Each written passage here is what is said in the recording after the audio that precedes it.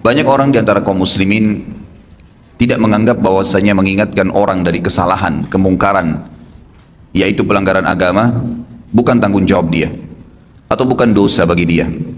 Sehingga pada saat ada orang yang tidak sholat, dilihat depan matanya, ada orang yang berbuat zina, ada orang yang berbuat apa saja kemungkaran, dia menganggap itu adalah bukan urusan dia. Begitu pula pada saat seseorang melihat orang lain tidak mengerjakan kebaikan, dan dia tahu itu adalah kebaikan, perintah dari Allah, apalagi kalau sifatnya wajib. Jadi terkadang ada kemungkaran itu yang sifatnya sendirian dia. Misal ada seseorang memberikan informasi kepada kita, kalau si fulan ini nggak sholat misalnya, lalu kita pergi meluruskan kesalahan dia, itu berarti cuma ingkar mungkar. Ada kejadian yang lain, mungkin kita hanya menyuruh kepada ma'ruf saja, menyuruh kepada kebaikan saja. Seperti misalnya saya lagi ceramah begini, ini cuman mengingatkan kalau pas ada satu perintah agama yang saya sampaikan, maka itu berarti menyeru kepada kebaikan. Tapi ada hal yang bersatu keduanya, dan yang cenderung kepada dosa besar adalah ketiga-tiganya tentunya. Yang bersatu, misal ada orang yang tidak sholat, maka kita pungkirin, kenapa nggak sholat akhi, kenapa nggak sholat ukhti, itu namanya ingkar mungkar. Lalu kemudian kita ikutkan dengan perintah ma'ruf. Misal kita mengatakan sholat itu kan wajib, Allah yang wajibkan, berarti itu menyeru kepada kebaikan. Ini gabungan antara keduanya, gabungan antara keduanya. Jadi semua ketiga contoh tadi itu masuk dalam kriteria dosa besar yang kalau orang tidak melakukannya. Yang lebih fokus lagi kata ulama adalah masalah yang ketiga, yang digabungkan, yang digabungkan. Saya rincikan dulu. Kalau yang mungkar saja tadi, misal saya dilaporkan oleh seseorang, si fulan nggak sholat, si fulan niat mau berzina, si fulan niat mau kerja di tempat riba, tolong Ustadz nasihatin. Saya lalu datang dan menasehatinya. Ini ingkar mungkar saja, ingkar mungkar saja. Nah ini kalau diminta kepada saya untuk meluruskannya, maka wajib saya harus bisa meluruskan. Kalau saya tidak luruskan, saya dosa besar, karena saya membiarkan orang terjerumus dalam perbuatan dosa besar itu. Tapi kalau yang sedang dia lakukan dosa kecil dan saya tidak luruskan, saya tidak ingatkan, berarti saya termasuk melakukan dosa kecil. Kalau menyeru kepada kebaikan, misal kayak ceramah seperti ini, maka ini lebih cenderung kepada hukumnya sunnah, kecuali memang ada satu kasus terjadi, seperti contoh besok Natal misalnya, lalu saya tahu ada kaum muslimin yang melakukan perbuatan ikut-ikutan, lalu saya tidak luruskan, saya tahu itu, saya tidak coba menyampaikan yang ma'ruf, gitu kan? Maka berarti perintah agama memerintahkan agar kita merayakan Idul Adha dan tidak ada hari raya yang lain, mengingatkan kepada ma'ruf. Saya tidak ingatkan, maka saya berdosa besar. Tapi kalau umum saja penyampaian ceramah itu hukumnya sunnah saja kalau dia sampaikan secara umum, gitu kan? Kemudian ada yang gabungan antara ingkar mungkar dan ambil ma'ruf tadi. Seseorang yang sedang tidak sholat di hadapan kita, lalu kita ingatkan, luruskan, lalu sekaligus kita sebutkan fadilah daripada ibadah itu, berarti menggabungkan keduanya. Lebih cenderung Imam Az-Zahabi mengatakan semua masuk dalam kriteria dosa, tapi ada rincian tadi. Cuman kalau digabungkan keduanya, ini sudah jelas dosa besar, mutlak, tidak ada lagi pendapat lain. Misal ada orang depan mata kita jelas-jelas berbuat kesalahan pelanggaran agama, ya, maka di sini wajib bagi kita untuk memungkirinya. Kalau tidak, dan sekaligus menggabungkan dengan ma'ruf, ya, diingatkan. Jadi jangan sampai teman-teman cuma bilang orang lagi berzina, jangan kamu zina, haram dalam agama. Itu nggak cukup. Itu cuma ingkar mungkar. Harus digabungkan. Apa alasannya? Apa solusinya buat dia? Karena zina itu perbuatan yang fahisyah, perbuatan yang buruk. Bayangkan kalau nanti perempuan yang kamu zinain ini hamil, bagaimana nanti citra nama kamu di keluargamu, di masyarakat? Bagaimana nanti kalau dia hamil kamu menghadapinya? Menggugurkan juga adalah dosa haram yang lain. Kalau kamu punya anak, anaknya haram. Jadi kita berikan ma'ruf, ya, berikan selain ingkar mungkar, melarang dia, kita sampaikan juga kebaikan-kebaikan. Ada orang tidak sholat, tanya, kenapa akhi nggak sholat? Gitu kan? Itu sudah ingkar mungkar, ya, kenapa nggak sholat? Lalu kita masuk kepada ma'ruf. Sholat itu kan perintah agama, Allah subhanahu wa ta'ala yang wajibkan, pahalanya begini, begitu, begini, dan seterusnya. Maka ini penggabungan antara amr ma'ruf dan nahi mungkar. Kalau ada orang yang mengalami keadaan tadi, dia melihat depan matanya kemungkaran dan dia tidak pungkirin, dia termasuk orang yang melakukan dosa besar. Dan yang lebih berbahaya lagi, selama dia tidak meluruskan kesalahan orang itu, dan dia sudah sempat melihatnya, dia tidak memungkirinya sama sekali, ya. Sebagaimana nanti akan kita jelaskan, ada 3 tahapan: mengingkari dengan tangan, mengingkari dengan lisan, atau mengingkari dengan hati. Sama sekali tidak dilakukan, maka bisa menjadi dosa yang terus menerus dia dicatatkan padanya, karena dia membiarkan. Dia membiarkan. Jadi ada orang ini, jelas dia tahu adiknya ini misalnya minum khamr. Dia nggak ingat-ingatin, dibiarin aja terus. Dia tetap sholat, tetap hadir majelis ilmu, tapi adiknya nggak pernah diingatin sama dia. Nggak pernah dipungkiri pungkar, nggak pernah juga dikasih ma'ruf, disuruh ganti dengan minuman-minuman yang baik. Allah halalkan susu, susu lebih sehat, Allah halalkan sirup, Allah halalkan madu, dan seterusnya. Kita amar ma'ruf. Kalau tidak, selama dia lihat kemungkaran tersebut dan sampai adiknya belum berubah, dia dapat dosa terus. Karena dia juga termasuk terlibat di situ. Punya andil, dia seakan-akan membiarkan. Dia seakan-akan membiarkan. Ringannya dalam agama kita, saudaraku. Karena dalam agama ini, ingkar mungkar yang tadi sifatnya bisa menjadi dosa besar itu akan hilang spontan pada saat kita mengingkari walaupun cuma sekali. Jadi ingkar mungkar itu dan amr ma'ruf, melarang dari perbuatan dosa dan menyuruh kepada kebaikan, itu yang wajibnya hanya yang pertama. Misal ada orang tidak sholat nih, teman kantor, lalu kita nasihatin, kenapa nggak sholat akhi, kan itu dosa. Sholat itu kan, lalu itu ingkar mungkar, kita masuk kepada ma'rufnya. Sholat itu kan pahalanya sangat besar. Satu-satunya ibadah yang diperintahkan oleh Allah Subhanahu wa taala kepada Nabi-Nya Muhammad sallallahu alaihi wasallam yang diterima di langit adalah salat. Ibadah-ibadah yang lain, jihad, apa saja. Ya, termasuk ayat-ayat Al-Qur'an itu turun dari langit ke bumi. Perintah puasa, perintah zakat, kecuali salat. Salat di langit. Lalu ada hadis-hadis Nabi sallallahu alaihi wasallam, bagaimana kalau di depan rumah seseorang, di antara kalian ada sebuah danau, sebuah sungai yang luas dan airnya mengalir dengan deras. Lalu kemudian dia mandi sehari 5 kali. Apakah tertinggal sedikit pun dari kotorannya? Maka pasti dia akan mengatakan, apa kata para sahabat, tidak ada ya Rasulullah. Kata Nabi SAW, itu perumpamaan 5 waktu sholat. Seseorang di antara kalian membersihkan 5 kali sehari dosanya. Jadi kita sebutkan ma'ruf, gitu kan? Kita sebutkan ma'ruf. Kalau kita sudah sampaikan kepada dia sekali saja. Suami sampaikan kepada istrinya untuk pakai jilbab misalnya, gitu kan? Atau orang tua nasihatin anaknya, teman nasihatin temannya. Atas kesalahan dia ya, diingkar mungkar, ingat selalu berhubungan. Larang kemungkaran, ganti dengan ma'ruf. Ya. Banyak orang tidak bisa meluruskan kesalahan orang lain karena dia cuma ingkar mungkar. Kamu nggak boleh begitu, selesai. Nggak cukup, harus diikuti dengan ma'ruf. Jelaskan kenapa dia tidak boleh. Lalu berikan solusi. Zina pezina, solusi, berikan solusi pernikahan. Nggak usah pikir dia terima atau enggak, itu bukan urusan kita. Hidayah di tangan Allah Subhanahu wa taala, gitu kan? Ma'alaika illal balag. Allah Subhanahu wa taala menyampaikan kepada Nabi sallallahu alaihi wasallam, tugasmu hanya menyampaikan saja. Tugasmu hanya menyampaikan. Jadi tidak ada tugas yang lain. Kita cuma sampaikan hidayah di tangan Allah Subhanahu wa taala. Kalau sekali saja, sekali lagi, Anda sudah ingkar mungkar dan amr ma'ruf, maka gugur hukuman dosa besar. Nggak ada lagi. Nggak ada lagi sudah. Jadi kalau sudah diingatin sekali, yang kedua, yang ke-100, yang ke-1000 itu sudah sunnah hukumnya. Sudah sunnah. Suami akan lepas dari tanggung jawab terhadap istrinya yang tidak mau pakai jilbab kalau dia sudah ingatkan jilbab itu haram kalau kamu memperlihatkan aurat kamu. Ingkar mungkar dan ambil ma'ruf. Kan kalau kamu tutup aurat kamu itu malah menjalankan perintah agama, dapat pahala. Kamu juga tidak kehilangan apa-apa kok, malah tidak diganggu oleh orang lain dan seterusnya. Maka sudah sekali. Ternyata istrinya masih belum mau lakukan. Dia boleh tetap mengingatkan, mendoakan, tapi minimal dia sudah lepas dari beban hukum nih. Karena hukum ini yang penting ya. Nah, sekali saja sudah cukup. Sekali saja sudah cukup. Saya kasih contoh banyak sekali ikhwan dan akhwat sekalian kemungkaran. Semoga Allah hilangkan ya.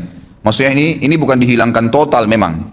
Mungkar itu tetap ada. Tapi minimal Allah Subhanahu tutupin ya hal-hal yang besar. Karena di Indonesia ini sangat luar biasa. Saya tidak bisa habis pikir terus terang. Saya lihat pelang begitu besar di pinggir jalan. Biskuit harus memperlihatkan perempuan yang dadanya terbuka. Apa hubungannya? Apa hubungannya antara biskuit itu dengan perempuan yang memakan itu dengan kelihatan semua badannya? Tidak ada sama sekali, hubungannya tidak ada. Jadi orang sebenarnya lebih melihat kepada artis yang sedang ada di pelang itu. Tapi yang berbahaya adalah kita ini lewat di pelang itu. Berapa banyak pelang yang kita lewatin penuh dengan iklan sampo perempuan tidak pakai jilbab, iklan biskuit tadi yang ini. Belum sekarang kena dibiarkan makin jadi. Saya kaget melihat ada di salah satu jalan, poros jalan besarnya luar biasa iklan itu, iklan celana dalam laki-laki. Dan laki-laki itu betul-betul dikasih gambar hanya pakai celana dalam. Ini luar biasa ini. Ya, semoga Allah berikan hidayah ya. Ini negara kita berbahaya sekali kalau kita biarkan terus begini ya. Jadi ini tidak boleh. Ya, harus ada batasan gitu kan. Mungkin seorang laki-laki ini pun kalau ya seorang laki-laki tampil dan memang di sebelahnya ada dus celana dalamnya, orang sudah paham. Oh ya, ini sudah ada. Jadi kalau misalnya diberikan iklan sesuatu, itu pun kalau digambar yang terpapar itu kan secara syar'i memang tidak boleh ya. Tidak boleh memang. Kalaupun orang mau lihat yang paling kecilnya, mungkin seorang laki-laki di sebelahnya ada dus celana dalam, mungkin gitu kan. Tapi kalau ditampilkan tanpa baju, tanpa celana panjang, cuma celana dalam lalu besar pelangnya, Setiap perempuan yang lewat itu melihatnya, setiap laki-laki yang lewat melihatnya, itu kan itu mungkar. Maka wajib Anda pungkirin. Wajib dipungkirin, tidak boleh dibiarin. Kalau dibiarin dosa besar tuh. Dan kalau kita tidak pungkirin, lihat konsekuensinya, selama pelang itu ada, kita dapat dosanya. Karena semua orang yang lewat wajib pungkir. Tapi kelebihannya, kalau kita sudah pungkirin sekali saja, maka sudah gugur kewajiban. Walaupun itu pelang masih ada. Gitu kan. Tinggal sekarang tata cara ingkar mungkar itu seperti apa. Imam Az-Zahabi mengangkat hadis yang sudah masyhur ya, hadis riwayat Imam Muslim, di mana Nabi SAW bersabda, man ra'a minkum munkaran falyughayyirhu biyadihi, fa in lam yastati' fa bilisani, fa in lam yastati' fa biqalbi, wa dzalika adhaful iman. Barang siapa di antara kalian melihat suatu kemungkaran, pelanggaran-pelanggaran agama, maka hendaklah ia segera mencegahnya dengan tangannya. Tangan ini kata para ulama adalah kemampuannya, power yang dia milikin. Misal, orang tua kepada anaknya, dia punya wewenang, anaknya lagi mabuk, diambil minuman kerasnya misalnya. Atau dia tidak memberikan kebutuhannya kalau anaknya masih suka jalan dengan teman-temannya yang nakal-nakal. Ditahan sama dia fasilitas, nggak boleh tinggal di rumah. Kalau emang tidak mau sholat misalnya, ya memang itu kewajiban dia. Dia boleh, dia punya hak untuk itu. Atau atasan kepada bawahannya, kerja di sini wajib pakai jilbab. Kerja di sini wajib sholat 5 waktu. Yang tidak mau keluar. Sayangnya banyak orang-orang muslim ini pengusaha-pengusaha yang paling diprioritaskan itu adalah kamu harus datang on time ya. Itu apa nggak masalah. Jam 7 pagi kamu harus hadir di sini. Kalau lewat berapa menit saya potong gaji kamu. Kamu harus keluar jam begini. Kamu harus pakai baju yang seperti ini. Dia peduli tentang urusan dunia. Tapi masalahnya dia tidak peduli dengan urusan akhirat pegawainya. Dia tidak marah sama pegawainya kalau azan nggak sholat. Bahkan kadang-kadang lebih didahulukan untuk urusan dunia. Mungkin saya pernah sampaikan, saya wajibkan pegawai saya di toko sama restoran saya di Kalibata itu wajib untuk berhenti, nggak boleh. Yang tidak mau ikutin terlambat sholat saya berhentikan, nggak bisa. Saya tidak butuh duit, saya bilang. 10 menit sebelum azan berhentikan orderan, nggak boleh. Gitu kan. Sampai ada teman saya akhirnya ketemu dari Saudi, dia bilang saya pas masuk di restoran antum, saya belum tahu kalau itu restoran antum deh. Pas saya duduk, gitu kan. Langsung dibilang maaf, orderan sekarang nggak bisa lagi, 10 menit lagi azan.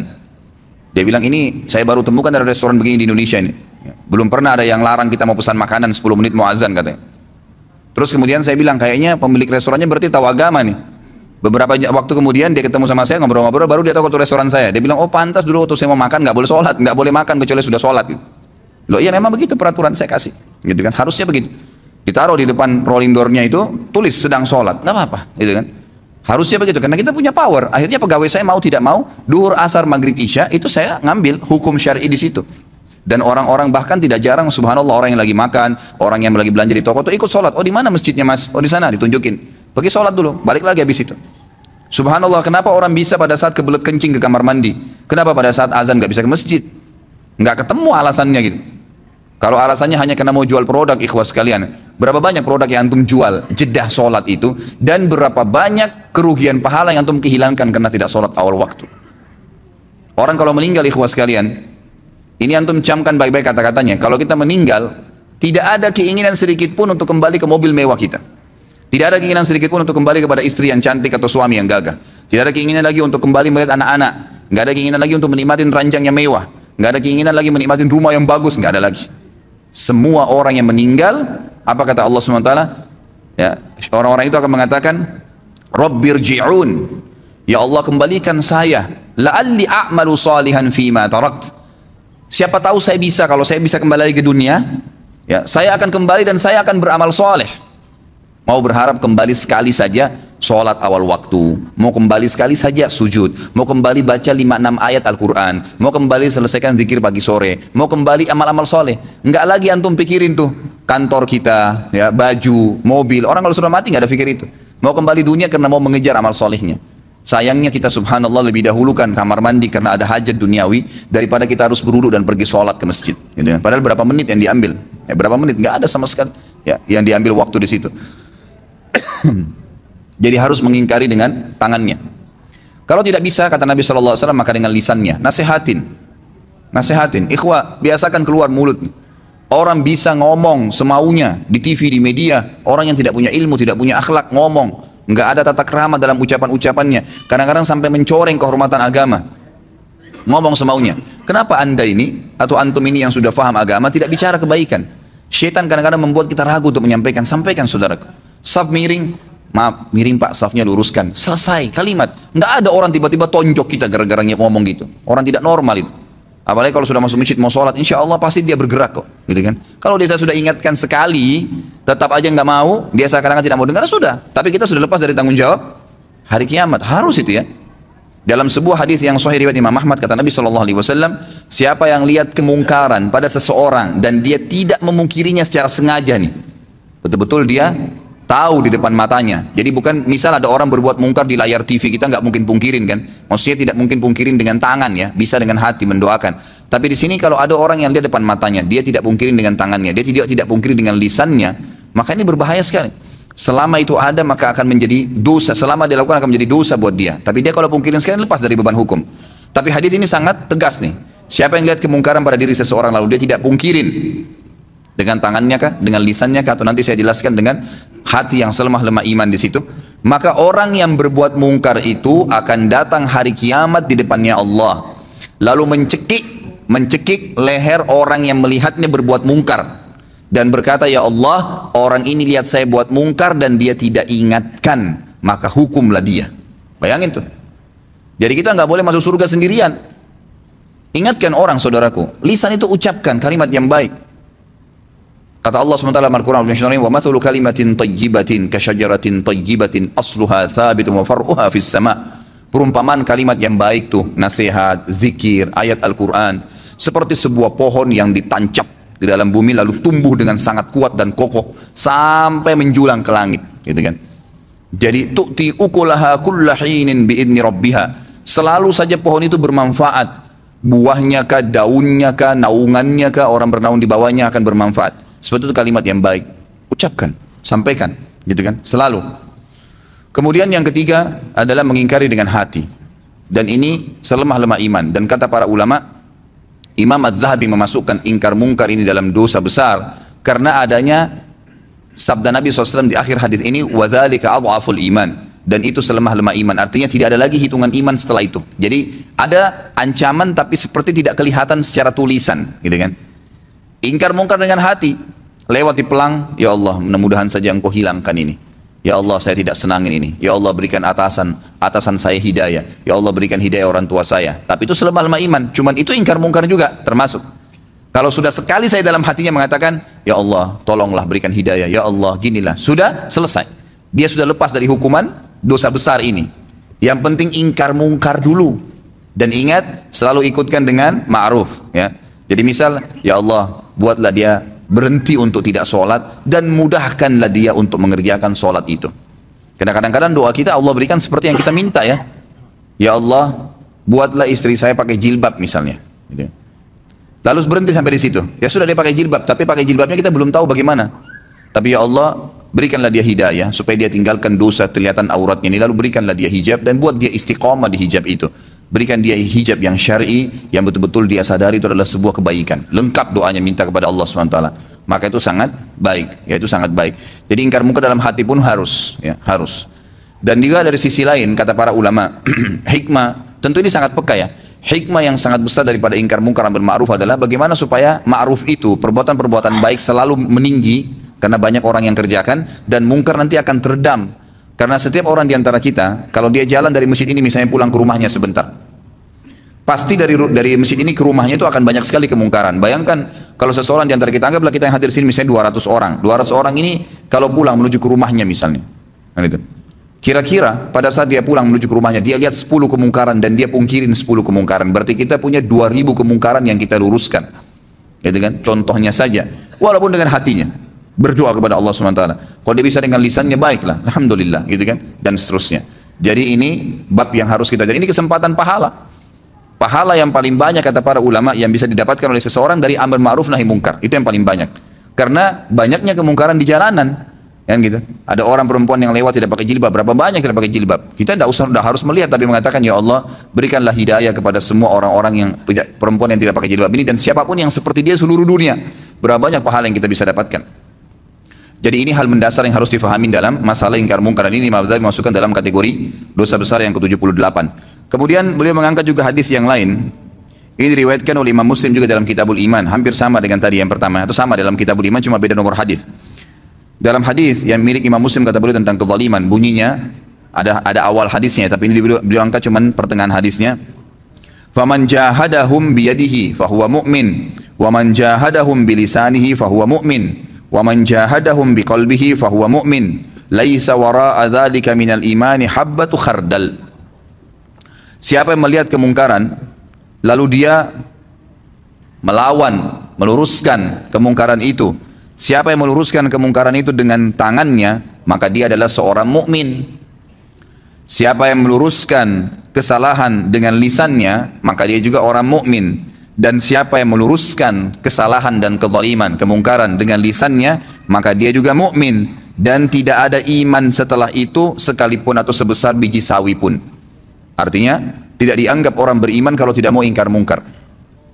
Ada hadis yang agung riwayat Bukhari, di mana Nabi SAW bersabda, suatu hari pernah Jibril diutus oleh Allah untuk menghancurkan satu negeri. Pada saat Jibril tiba di negeri itu, Jibril berkata, ya Allah, kata Allah, ini hancurin negeri itu. Kata Jibril AS, ya Allah, di negeri itu ada hambamu fulan, orang saleh. Ada hambamu fulan, orang saleh. Kata Allah SWT, mulai dari orang itu. Azab yang akan saya turunkan ini, mulai pada orang itu. Karena dia tidak pernah menyeru kepada kebaikan dan melarang kemungkaran. Ini banyak orang ini, cirinya di Indonesia banyak sekali. Dia azan ke masjid, tapi nggak pernah mau tahu tetangganya sholat kah, orang yang dilewatin kah. Padahal cuma tinggal ucapin. Saya kadang-kadang kalau lewat di masjid dekat rumah saya, lagi duhur, banyak penjual-penjual ya kaki lima atau orang yang mampir. Mereka istirahat di teras masjid, tapi nggak sholat. Nggak sholat, subhanallah ya. Semoga Allah berikan hidayah. Saya lewat cuma mengatakan, Pak, mas sholat Pak. Padahal sudah dengar azan tuh kan. Mereka tetap duduk aja. Kita cuma ingatkan, Pak, mas sholat, gitu kan? Kadang-kadang pernah ada ibu-ibu juga situ jual gado-gado, Bu, duhur Bu, sholat. Hanya itu saja. Tidak pernah tuh ada yang ngomong kasar sama saya. Yang ada cuma, oh iya terima kasih Pak, cuma gitu saja. Tapi saya sudah dapat pahalanya, saya juga sudah lepas dari dosa besar dan lepas daripada ancaman tadi orang yang berbuat kemungkaran yang tidak dipungkirin akan mencekik leher orang yang melihatnya kalau tidak mengingatkan pada hari kiamat, nuntut sama Allah di mahkamah Allah agar orang ini dihukum. Ya, orang yang dia buat kemungkaran ya. Makanya di sini harus kita biasakan diri kita, ikhwas sekalian.